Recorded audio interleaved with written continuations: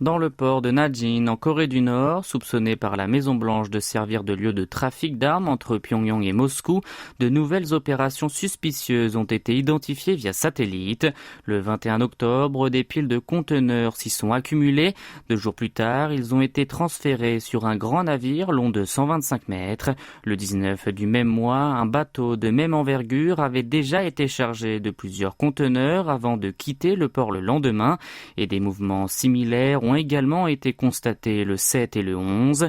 Avant cela, les États-Unis ont annoncé que le pays communiste avait envoyé 1000 conteneurs d'armes et de munitions à la Russie au cours des semaines précédentes, en s'appuyant sur des photos satellites du port prises les 7 et 8 octobre. Ce mois-ci, au moins 4 opérations de transport maritime ont donc été menées.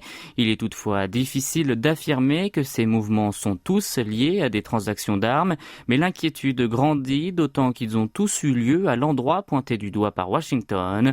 Selon Hong Min, chercheur principal de l'Institut coréen pour l'unification nationale, le dirigeant nord-coréen Kim Jong-un a déjà visité des usines d'armement à 2 reprises afin de vérifier le système de production en masse avant le sommet avec son homologue russe Vladimir Poutine. Depuis, le régime nord-coréen semble fournir régulièrement des armes à son allié. De plus, les trains de marchandises se sont aussi multipliés sur les chemins de fer qui relient les 2 pays. Néanmoins, Pyongyang et Moscou balayent tout soupçon en affirmant qu'il s'agit seulement de revendications de la part de Washington.